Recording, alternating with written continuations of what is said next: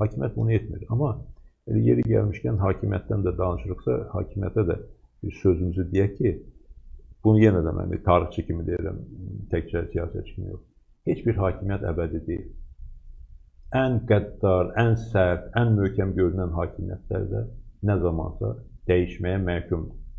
Sadəcə olaraq hakimiyyət heç olmasa o mərhələdə özünü qanunlara sayğı ilə aparırsa, xalqına, vətəndaşına hörmətlə yanaşırsa, heç olmasa normal şəkildə proses gedir və sonra da hətta onu da əlavə edeyim ki, həmin o hakimiyyət getməyə məcbur olsa da, nə zamansa onların özləri də olmasa varislərinin hakimiyyətə qayıtmaq şansı qalır.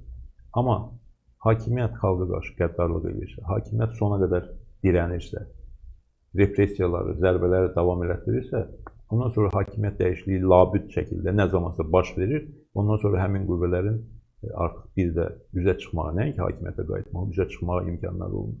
Bu tarixi gerçəklik. Bu siyasət deyil, siyasi təhlil deyil. Bu gerçəklikdir, tarixdir.